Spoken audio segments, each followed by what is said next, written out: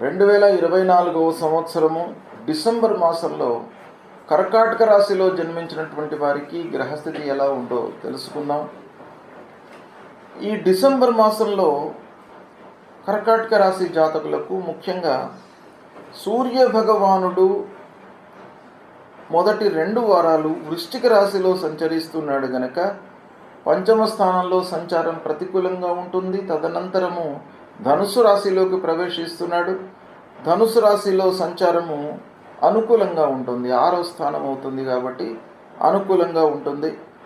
ఇక అంగారకుడు కర్కాటక రాశిలో సంచరిస్తున్నాడు, స్తంభించి ఉన్నాడు.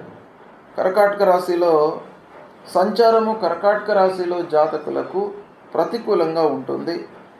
అయితే ఒక కాంబినేషన్ ఏంటంటే కర్కాటక రాశి జాతకులకు పంచమ దశమాధిపతి అవుతూ ఉన్నాడు. అంగారకుడు లగ్నంలో సంచరిస్తున్నాడు కాబట్టి ఈ కాంబినేషన్ మూలకంగా లగ్నంలో గోచార రీత్యా ప్రతికూలంగా ఉన్నప్పటికీ, స్తంభించి ఉన్నప్పటికీ, నీచలో సంచరిస్తున్నప్పటికీ ఆధిపత్య రీత్యా కొంత అనుకూలంగా ఉన్నాడు కాబట్టి అంత అంగారకుడి మూలకంగా భయపడకండి, భయపడవలసినటువంటి అవసరం లేదు. ఇక బుధుడు పంచమ స్థానంలో సంచరిస్తున్నాడు, అనుకూలంగా ఉన్నాడు. గురువు ఏకాదశ స్థానంలో సంచరిస్తున్నాడు. గురు భగవానుడి యొక్క అనుకూలత ఉంది. వక్రించి ఉండడం మూలకంగా దశమాధిపత్యం దశమంలో సంచరిస్తున్న ఫలితం కూడాను కొంత తోడవుతుంది. దశమంలో సంచరించినటువంటి ప్రభావము భాగ్యాధిపతి దశమంలోకి సంచరించడము, ఇది కొంత మనకు అనుకూలమైనటువంటి సంచారము. ఇక శుక్రుడు సప్తమంలో ప్రతికూలంగా సంచరిస్తున్నాడు. శనీశ్వరుడు అష్టమంలో సంచరిస్తున్నాడు. శని కర్కాటక రాశి వారికి చాలా ప్రతికూలంగా ఉంది. సప్తమ అష్టమ స్థానాధిపతి అష్టమంలో ఉన్నాడు. సరే, స్వక్షేత్రంలో ఉన్నాడు. కొంతవరకు మనకు తగ్గే అవకాశాలు ఉన్నాయి. బ్యాడ్ ఎఫెక్ట్ అనేది కొంత తగ్గుతుంది. అయినప్పటికీ అష్టమ స్థానంలో ఉన్నాడు గనక ఆ అష్టమ స్థానం యొక్క సంచారం ప్రతికూలంగా ఉంటుంది. రాహువు భాగ్యస్థానంలో సంచరిస్తున్నాడు. భాగ్యస్థానంలో సంచరించడము కొంత ప్రతికూలత. కేతువు మట్టుకు తృతీయ స్థానంలో సంచరిస్తున్నాడు, అనుకూలంగా ఉన్నాడు. కేతువు యొక్క ప్రభావము బాగా అనుకూలంగా ఉంది. ఈ విధంగా గ్రహస్థితి ఈ స్థానాలలో గ్రహాలు సంచరిస్తున్నాయి. అయితే ఓవరాల్గా ఈ గ్రహస్థితిని మనం లెక్కలోకి తీసుకున్నట్టయితే కర్కాటక రాశిలో జన్మించినటువంటి వారందరికీ కూడాను మిశ్రమ ఫలితాలు ఉండేటువంటి అవకాశము, మిశ్రమాధిక ఫలితాలు ఉండేటువంటి అవకాశము ఉంది. అయితే ఇందులో ప్రత్యేకంగా మనం ఆలోచించినట్టయితే కర్కాటక రాశిలో జన్మించినటువంటి వాళ్ళు మధ్య వయస్సు వాళ్ళు ఉంటారు, పూర్వ వయస్సు వాళ్ళు ఉంటారు, విద్యార్థులు ఉంటారు, వయోవృద్ధులు ఉంటారు. అన్ని స్థాయిలలో అన్ని వయస్సులలో ఉన్నటువంటి వాళ్ళు కర్కాటక రాశిలో జన్మించిన వాళ్ళు ఉంటారు. కాబట్టి అందరినీ దృష్టిలో పెట్టుకొని మనం ఫలితం చెప్పడము అనేటువంటిది సాధ్యం కాదు. కనుక పుట్టిన సమయాన్ని, జన్మ తేదీని అనుసంధానం చేసుకొని వాళ్ళు మళ్ళీ ఫలితాలు చూసుకోవడం అనేటువంటిది చాలా ఉత్తమమైనటువంటి విషయము. అయితే ఒక మధ్య వయస్సు వ్యక్తిని మనము లెక్కలోకి తీసుకొని, అంటే చదువు పూర్తయి ఉద్యోగంలోకి అప్పుడే అడుగుపెట్టి ఆ జీవితంలోకి ఎంటర్ అయినటువంటి వ్యక్తిని మనం దృష్టిలో పెట్టుకొని ఫలితాలు చూసినట్టయితే ఈ 1-2 వారాల కంటే కూడాను 3-4 వారాలు బాగా కలిసి వస్తాయి. కర్కాటక రాశి వారికి డిసెంబర్ మాసంలో 3-4 వారాలు బాగా కలిసి వస్తాయి. ముఖ్యంగా ఉద్యోగస్తులకు, ప్రభుత్వ ఉద్యోగంలో ఉన్నటువంటి వారికి, కార్పొరేట్ వ్యవస్థలో పనిచేస్తున్నటువంటి వాళ్లకు, వీళ్ళందరికీ కూడాను మొదటి అర్ధం కంటే కూడాను మొదటి 15 రోజుల కంటే చివరి 15 రోజులు డిసెంబర్ లోపల బాగా అనుకూలంగా ఉంటుంది. అయితే మొదటి 2 వారాలు 1-2 వారాలు ఎలా ఉంటాయి అనేటువంటి విషయం ఆలోచించినట్టయితే కొంత వర్క్ లోడ్ పెరిగేటువంటి అవకాశాలు ఉన్నాయి. అంటే శ్రమాధికమవుతుంది. ఇక వ్యాపారస్తులు మట్టుకు జాగ్రత్తగా నిర్ణయాలు తీసుకోవాలి. చేతిలో ఉన్నటువంటి వ్యాపారాన్ని ఫస్ట్ మీరు పూర్తి చేయడము, దానిపైన మనసు నిలపడము, ఆ వస్తువులను విక్రయించడము, దానిపైన మనసు నిలిపినట్టయితే వ్యాపారస్తులకు లాభంగానే ఉంటుంది. అయితే అందరూ చెప్పినటువంటి మాటలకు, ప్రలోభాలకు లోను కాకుండా పనులు చేసుకుంటా వెళ్ళాలి. నలుగురు 4 విధములైనటువంటి సహాయాలు, సహకారాలు, సూచనలు ఇస్తూ ఉంటారు. కానీ మనకు ఏది అనుకూలంగా ఉంది, మనం ఏది చేయగలుగుతాము, ఏది చేస్తే మనకు లాభమైనటువంటి ఫలితాలు ఉంటాయి అనేటువంటి విషయాన్ని మనం ఆలోచించి దానికి అనుగుణంగా నిర్ణయాలు తీసుకోవాలి. ప్రారంభించినటువంటి పనులు సకాలంలోనే పూర్తి అవుతాయి, లాభాల బాటలో ఉంటారు. పనులు అనుకున్న సమయంలో మీరు పూర్తి చేయడం మూలకంగా ఒక రకమైనటువంటి సంతృప్తి కలుగుతుంది. పిల్లల యొక్క వివాహాది శుభకార్యాలు చేస్తారు. తర్వాత ప్రత్యేకంగా కర్కాటక రాశిలో జన్మించినటువంటి వారికి కూడాను ఈ డిసెంబర్ మాసంలో పెళ్లి జరిగేటువంటి అవకాశం ఉంది, లేదా పెళ్లి నిశ్చయం అవుతుంది. కాబట్టి అనుకూలత ఎక్కువగా ఉంది, శుభకార్యాలు చేస్తారు. విద్యార్థులు, ఈ రాశిలో జన్మించినటువంటి విద్యార్థులు బాగా రాణిస్తారు. అంటే మంచి సంస్థలలో రాణించడం అనంటే కాంపిటేటివ్ ఎగ్జామ్స్లో ఒక స్థాయిలో నిలుస్తారు. కాంపిటేటివ్ ఎగ్జామ్స్లో పాల్గొన్నటువంటి వాళ్ళు మంచి రిజల్ట్స్తో సంతృప్తిగా ఉంటారు. అపాయింట్మెంట్స్ కూడాను మీకు వచ్చేటువంటి అవకాశాలు ఉన్నాయి. మంచి సంస్థలలో అడ్మిషన్స్ లభిస్తాయి. ఉద్యోగ ప్రయత్నంలో ఉన్నటువంటి వారికి శుభ సమయం. ఉద్యోగ ప్రయత్నంలో ఉన్నటువంటి వారికి బాగా కలిసి వస్తుంది. ఎర్నింగ్ అనేది మీకు స్టార్ట్ అవుతుంది ఇక్కడ. అయితే ఒక పక్కన ఖర్చులు కూడాను కనబడుతున్నాయి. తాత్కాలికంగా మీకు ఉద్యోగము రావడంతో కొంత సంతృప్తి ఉన్నప్పటికీ డబ్బు విషయంపై మీరు మనస్సు నిలపాలి. శాశ్వతమైనటువంటి పనులు చేయడం పైన కూడాను మీరు మనస్సు నిలిపి మంచి పేరును సంపాదించుకోవడానికి ప్రయత్నాలు చేయాలి. ఆఫీసులో అధికారుల యొక్క ఆదరణ మీకు బాగా లభిస్తుంది. ఇది చాలా సంతృప్తినిచ్చేటువంటి విషయం. ఇకపోతే పనితనానికి గుర్తింపు లభిస్తుంది. ఆఫీసులో తీర్థయాత్రలు చేస్తారు. అన్నదమ్ములు, బంధువులు, స్నేహితులు, చిన్ననాటి మిత్రులతో కొంత వైషమ్యాలు ఉండే అవకాశాలు ఉన్నాయి.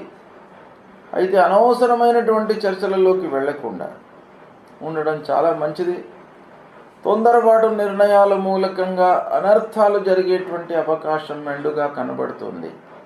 కనుక మీరు తొందరపడకుండా జాగ్రత్తగా నిర్ణయాలు తీసుకోండి. వ్యవసాయదారులకు, పారిశ్రామికవేత్తలకు ఆర్థికపరమైనటువంటి ఇబ్బందులు గోచరిస్తున్నాయి. కనుక కొంత జాగ్రత్తగా నిర్ణయాలు తీసుకోండి. భార్య పిల్లలతో సంతృప్తిగా ఉన్నప్పటికీ అనవసరమైనటువంటి చర్చల మూలకంగా ఇంటిలో కొన్ని ఇబ్బందులు తలెత్తే అవకాశాలు ఉన్నాయి. కాబట్టి భార్యతో, పిల్లలతో, కుటుంబ పెద్దలతో ఎంతవరకు చర్చించాలనో అంతవరకే మీరు చర్చించి అనవసరమైనటువంటి విషయాలను మీరు పక్కన పెట్టడం మూలకంగా ప్రశాంతమైనటువంటి వాతావరణాన్ని ఇంటిలో మీరు క్రియేట్ చేసుకునేటువంటి అవకాశాలు మీ చేతిలోనే ఉన్నాయి. కాబట్టి దాన్ని మీరు అనుసరించండి. ప్రశాంతమైనటువంటి జీవితాన్ని గడపడానికై ప్రయత్నాలు చేయండి. కొన్ని పనుల లోపల ఆకస్మికమైనటువంటి ఆటంకాలు, ఇబ్బందులు తలెత్తే అవకాశాలు బాగా కనబడుతున్నాయి. ముఖ్యంగా ఏంటంటే అష్టమ స్థానంలో శనైశ్వరుడు సంచరిస్తున్నాడు.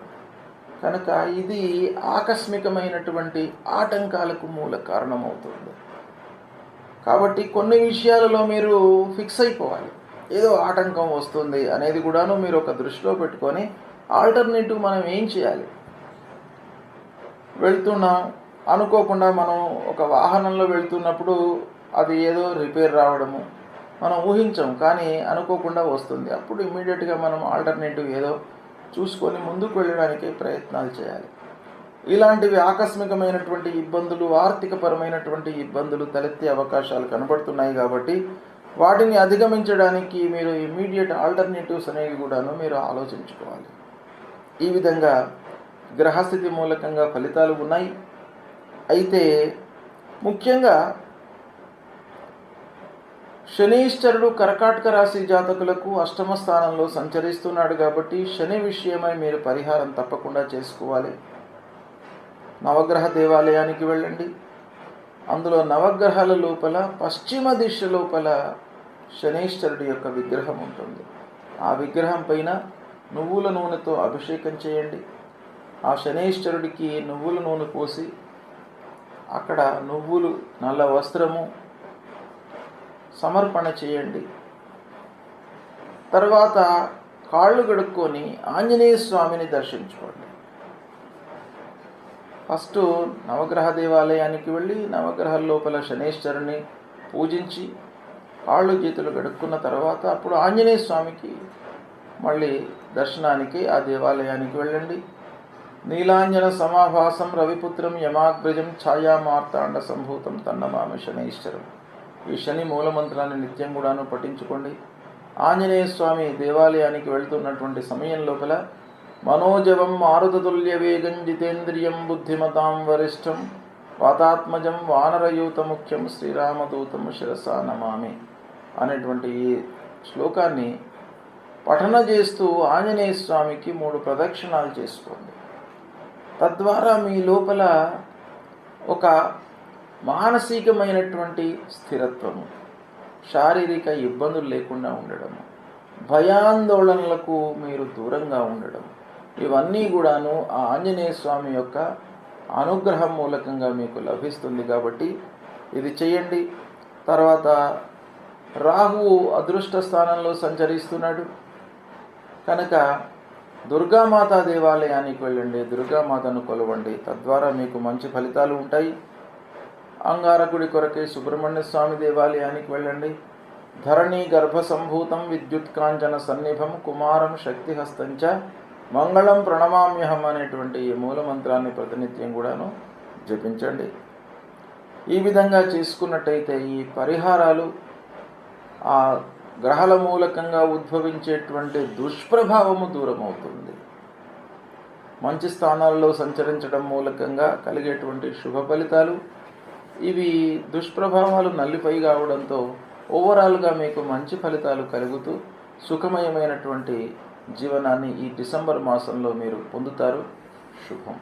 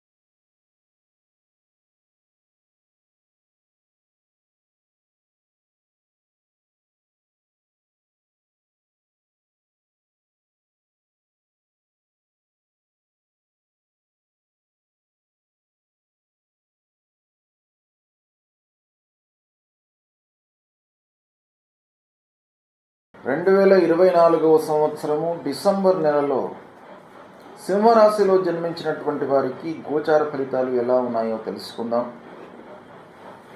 ముందుగా ఈ డిసెంబర్ మాసంలో గ్రహస్థితి మూలకంగా ముఖ్యమైనటువంటి గ్రహాలు ఏ స్థానాలలో సంచరిస్తున్నాయి, వాటి మూలకంగా ఎలాంటి ఫలితాలు ప్రభావం ఉండబోతుందో చూద్దాం.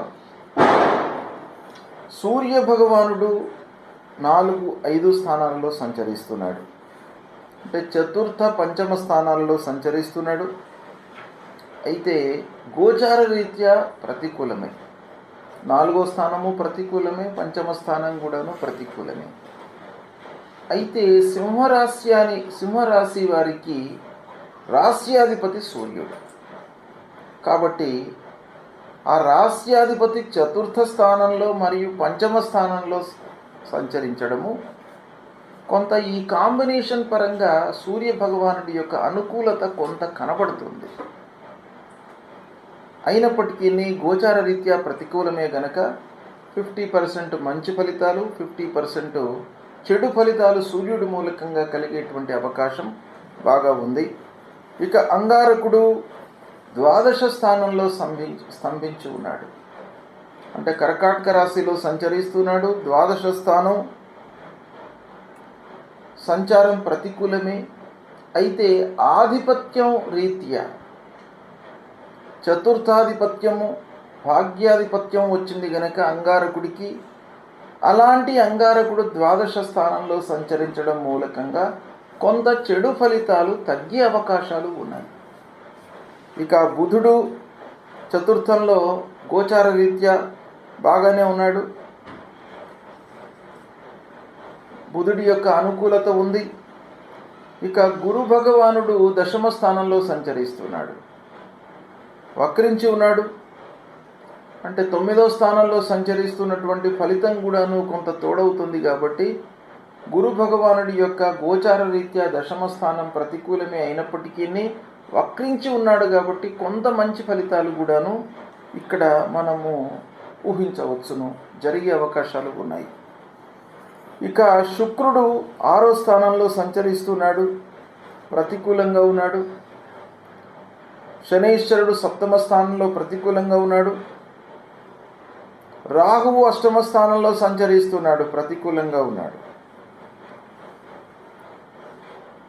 కేతువు 2వ స్థానంలో ప్రతికూలంగా సంచరిస్తున్నాడు. డైరెక్ట్గా మనం చూసినట్టయితే గోచార రీత్యా అన్ని గ్రహాలు కూడాను ప్రతికూలంగానే ఉన్నాయి. ఒక్క బుధుడు మినహాయించి. బుధుడు చతుర్థంలో సంచరిస్తున్నాడు. ఒక్క బుధుడి యొక్క అనుకూలత డైరెక్ట్గా ఉంది. అయితే కుజుడి యొక్క ప్రతికూలతలో తగ్గుదల ఉంది. గురువు యొక్క అనుకూలత పెరిగే అవకాశాలు ఉన్నాయి. ఆధిపత్య రీత్యా ఆలోచించినట్టయితే, వక్రరీత్యా ఆలోచించినట్టయితే. కాబట్టి ఈ విధంగా ఎన్ని కాంబినేషన్స్ ఉన్నప్పటికీ ప్రతికూలతనే ఎక్కువగా కనబడుతుంది సింహరాశి జాతకులకు. కాబట్టి అన్ని విషయాలలో కొంత జాగ్రత్త మట్టుకు అవసరము. ఇక ముఖ్యంగా ప్రప్రథమంగా సింహరాశిలో జన్మించినటువంటి వ్యాపారస్తులు ఎలా ఉంటుంది వారికి అనేటువంటి విషయం మనం చూసినట్టయితే, వ్యాపారస్తులకు మట్టుకు ఈ మాసము అనుకూలంగా ఉంటుంది. అంటే వ్యాపారం బాగా జరుగుతుంది, క్రయ విక్రయాలలో ఇబ్బందులు ఉండవు. డబ్బు రావడంలో కొంత ప్రాబ్లము ఉన్నప్పటికీ మనకు విక్రయం లోపల మట్టుకు ప్రాబ్లం ఉండదు. వ్యాపారం బాగానే జరుగుతుంది. రావాల్సినటువంటి డబ్బు ఇన్ టైం లోపల రాకపోవడము, ఇన్వెస్ట్మెంట్స్ లోపల ఇబ్బందులు, ఇలాంటివి ఎన్ని మనకు ఉన్నప్పటికీ వ్యాపారం మట్టుకు బాగానే లభిస్తుంది. అది కొంత ఊరటను కలిగించేటువంటి అంశం. ఇక ఉద్యోగస్తులు, గవర్నమెంట్ ఉద్యోగస్తులు, కార్పొరేట్ సంస్థలలో చేస్తున్నటువంటి వాళ్ళు, ప్రైవేట్ రంగంలో ఉన్నటువంటి వాళ్ళు, ఈ ఉద్యోగస్తుల విషయం ఆలోచించినట్టయితే కొంత పని భారం పెరగడం మూలకంగా వారికి ప్రశాంతత లేకపోవడము మనకు గోచరిస్తుంది ఈ మాసం లోపల. అంతేకాకుండా ఉద్యోగస్తులకు తోటి ఉద్యోగస్తులతో అన్యోన్యత లేకపోవడము, వాళ్ళ మధ్యన ఫ్రీక్వెంట్గా మనస్పర్ధలు ఉద్భవించడము, తద్వారా ఏమవుతుంది, పనిపైన మనము కాన్సన్ట్రేట్ చేయలేనటువంటి పరిస్థితి ఏర్పడుతుంది. ఫలితాల్లో మనకు అనుకున్న ఫలితాలు మన చేతికి అందకపోవడము ఇలాంటివి కలుగుతాయి. ఇక వీటన్నిటి మూలకంగా చిన్నపాటి అనారోగ్య సమస్యలు కూడాను కనబడుతున్నాయి. కాబట్టి వీటిని కొంత మీరు కట్టడి చేసుకోవాలి. అనారోగ్య సమస్యల నుండి విముక్తులు కావడానికి ఆహార నియమాలను, వ్యాయామాలను, సమయానికి భుజించడము, వీటన్నిటిపైన తప్పకుండా మనస్సు నిలపాలి ఈ మాసం లోపల. ఇక ఉద్యోగస్తులకు స్థానచలనం గోచరిస్తుంది. ఉన్న ప్రాంతం నుండి వేరే ప్రాంతానికి బదిలీ కావడము, అక్కడ కూడాను అనుకున్న మోతాదులో సంతృప్తి ఉండకపోవడము ఇలాంటివి కనబడుతున్నాయి. కాబట్టి కొంత నిర్ణయాలు తీసుకునేటప్పుడు జాగ్రత్తగా ఉండండి. ఇక వ్యవసాయదారులకు, పారిశ్రామికవేత్తలకు అనవసరమైనటువంటి ఖర్చులు గోచరిస్తున్నాయి. కాబట్టి వ్యవసాయదారులు ముఖ్యంగా పెట్టుబడులు పెట్టేటువంటి విషయం లోపల, ఏవైనా భూములు కొనేటువంటి విషయం లోపల కొంత జాగ్రత్తలు తీసుకోండి. పారిశ్రామికవేత్తలకు మిషనరీల మూలకంగా ఇబ్బందులు, తద్వారా ఖర్చులు గోచరిస్తున్నాయి. పనులు సవ్యంగానే కొనసాగుతాయి, అయినప్పటికీ మిషనరీల మూలకంగా ఫ్రీక్వెంట్గా మీకు ఇబ్బందులు తలెత్తే అవకాశాలు కనబడుతున్నాయి. అన్నదమ్ములు, బంధువులతో ఖర్చులు పెరుగుతాయి. ఇది కొంత జాగ్రత్తగా ఉండండి. అన్నదమ్ములతో అనవసరమైనటువంటి వైషమ్యాలలోకి పోకుండా ప్రతి విషయం లోపల సాగతీత ధోరణి అనేటువంటిది ఏదైతే ఉందో దానికి స్వస్తి పలకండి. ఏదో ఒక విషయం లోపల ఒక నిర్ణయానికి రండి. తద్వారా ఏమవుతుంది, మనకి కాలయాపన లేకుండా ఉంటాయి. దాని తర్వాత మళ్ళీ మనం పనులు చేసుకోవచ్చును. అందులో అభివృద్ధిని మనం పొందేటువంటి అవకాశాలు ఉంటాయి. ఇక భూమి, వాహనములు, వీటి మూలకంగా మీకు తగాదాలు ముందుకు వస్తాయి. పూర్వము కొన్నటువంటి భూముల మూలకంగా తగాదాలు, తర్వాత వాహనముల మూలకంగా ఫ్రీక్వెంట్గా రిపేర్లు రావడము, తద్వారా ఖర్చులు, తొందరపాటు నిర్ణయాలతో కొన్ని ఇబ్బందులను ఎదుర్కొంటారు. వృధా ఖర్చులు, కాలయాపన, అనవసరమైనటువంటి వ్యవహారాలు ఇలాంటివి ముందుకు రావడంతో మానసికంగా కొంత ఇబ్బందులకు గురవుతారు. స్నేహితుల రాకతో ఖర్చులు కూడా పెరిగేటువంటి అవకాశాలు కనబడుతున్నాయి. ప్రారంభించినటువంటి పనులు ఆలస్యంగా పూర్తవుతాయి. వృత్తిపరంగా సమస్యలు కనబడుతున్నాయి. ఆదాయం లోపల హెచ్చు తగ్గులు, అంటే రావాల్సినటువంటి డబ్బు సమయానికి రాకపోవడము, సాలరీస్ కూడాను మీకు అనుకూలంగా అనుకున్న సమయంలో చెల్లింపులు కాకుండా ఉండడం మూలకంగా ఖర్చుల భారం పెరిగిపోవడము ఇలాంటివి కొంత కనబడుతున్నాయి. కాబట్టి ఆర్థికపరమైనటువంటి సమస్యలు ఉన్నాయి. ఇక ఇంటి వాతావరణం కొంత అసంతృప్తిగా ఉంటుంది. అనవసరమైనటువంటి చర్చలు, భార్య, పిల్లలు, కుటుంబ పెద్దలతో గ్యాప్ ఏర్పడడం, అనవసరమైనటువంటి చర్చల మూలకంగా ఇబ్బందులను ఎదుర్కొంటారు. కాబట్టి ముఖ్యంగా మీరు చేయవలసినటువంటి కర్తవ్యం ఏంటంటే చర్చలను పక్కన పెట్టేసేయండి. స్నేహితులతోనే కానివ్వండి, ఇంటిలో భార్య పిల్లలతో కానివ్వండి, కుటుంబ పెద్దలతో కానివ్వండి, సమాజంలో మంచి స్థాయిలో ఉన్నటువంటి వారితో కానివ్వండి, ఎక్కువ చర్చలలోకి వెళ్ళకండి. మీకు ఎంతవరకు అవసరమో అంతవరకే మాట్లాడండి. దాని తర్వాత మీరు అనుకున్నటువంటి వ్యవహారాన్ని ఇంప్లిమెంట్ చేయడానికే మీరు ప్రయత్నాలు చేయండి. ఇక భాగస్వాములతో కలహాలు గోచరిస్తున్నాయి. ఈ భాగస్వాములతో కలహాల మూలకంగా మీరు ఇబ్బందులను ఎదుర్కొంటారు. ఆకస్మికంగా ఆటంకాలు గోచరిస్తున్నాయి. ప్రయాణాల వలన ఖర్చులు, ఇవి మీకు ఈ డిసెంబర్ మాసంలో సింహరాశిలో జన్మించినటువంటి వారికి ఫలితాలు ఉన్నాయి.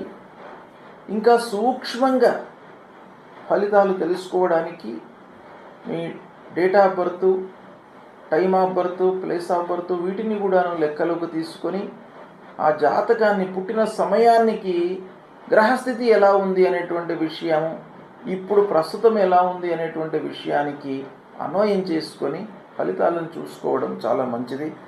అయితే సింహరాశి జాతకులకు ముఖ్యంగా అష్టమ రాహువు, సప్తమ స్థానంలో శని,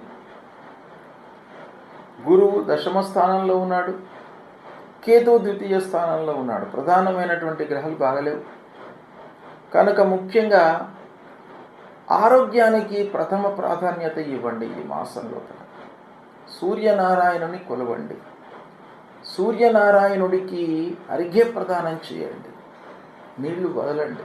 నీళ్లు వదలడమే అర్ఘ్య ప్రదానం అన్నమాట.